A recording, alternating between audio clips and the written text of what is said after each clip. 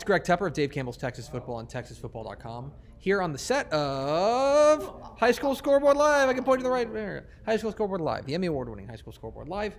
Getting ready for my instant reactions to week number 5 of the Texas high school football season so far. These are my instant reactions, so I will leave some games out. Also, worth mentioning that not every game is final. I'm recording this at 10:50 before we go on the air at about 11-ish or whenever this game is over. So Longview Temple's not over, but Temple's up 33-13 with 4:30 and counting left. So I'm going to mark that as a W for Temple. We'll talk about that in just a moment. Let's start about North Shore and Shadow Creek. The marquee matchup maybe of the weekend, with North Shore beating Shadow Creek, kind of pulling away kind of the vice grip, kind of tightening around Shadow Creek. Shadow Creek suffers their first ever regular season loss, which is incredible. They're 20-1 in regular season games.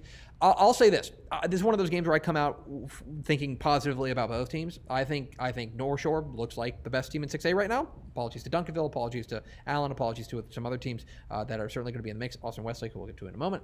But I'll also say that I think that we got some questions about why Shadow Creek, a team moving up from 5A, is ranked as highly as they are. I think they showed you tonight. I think that's a team that can hang in 6A. They looked pretty good even in a loss. But North Shore still reigns supreme. Still, I mean, Demetrius Davis, Shedrick Banks, what do you say?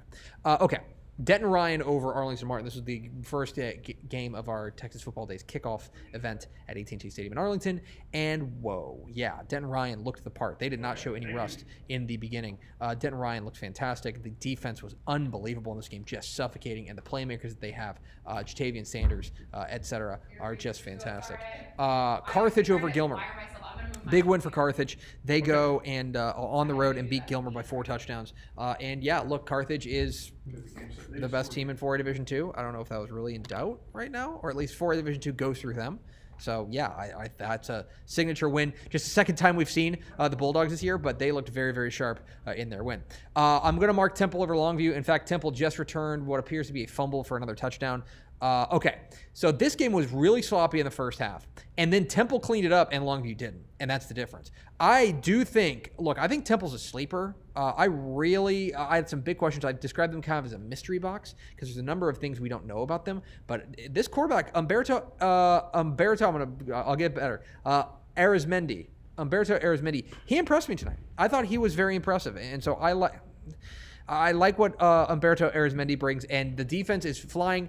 I'll say this. This is going to be a long bus ride back to Gregg County for Longview. They have looked pretty sloppy, and they have put the ball on the ground a lot. They have committed a lot of penalties. I think John King's going to have something to say maybe during film. Okay. Ennis over Red Oak. We also got some questions about why Ennis was our number 1 team in 5A Division II. That's why. Defense was fantastic. Colin Drake was awesome.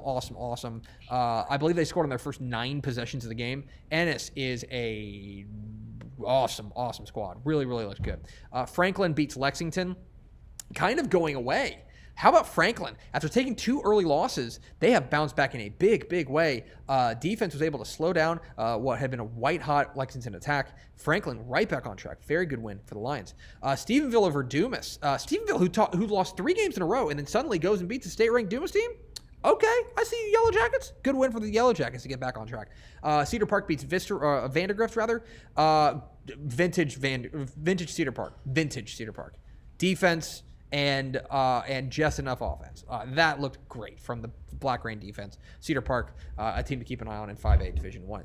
5A Division? Yeah, I think that sounds right. College Station over Hutto. College Station took command of this game early. We thought Hutto might be in a little bit of a rebuild, at least early. College Station does not look like they were in a rebuild. They looked fantastic. Jumped all over Hutto. Spearman beats Childress in overtime. Great win for the Lynx this game. They jumped out to an early lead. Childress clawing back in it, forced overtime.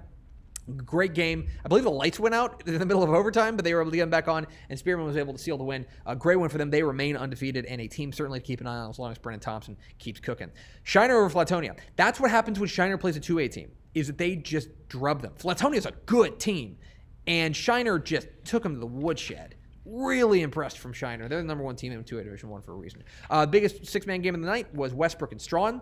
Westbrook, who started the year, I looked this up, they started the year 37th in our computer rankings. 37th. They are now 5-0, undefeated, beat Strawn, beat another state contender.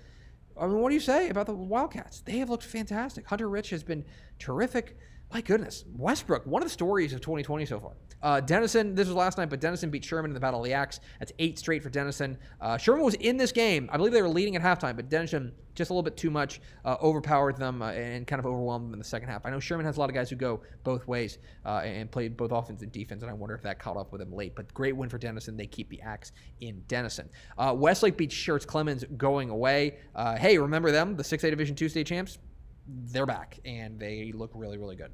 McGregor beats Rockdale in a bit of an upset. Well, we're now kind of into the upset portion of this. McGregor beats Rockdale in an upset.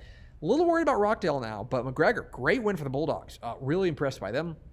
Last night, North Forney beat Frisco Lone Star, our number 2 team in 5A Division I. First of all, 2 things from this. One, I think North Forney's legit. I think that is a team that was really young last year. They've got a lot of those guys back. Randy Jackson does a great job with that program. Keep an eye on North Forney. Frisco Lone Star, look, obviously some key pieces that are missing. They needed to reload that defense. They're missing Marvin Mims, obviously. He's off at Oklahoma. He's our Mr. Texas Football Player of the Year.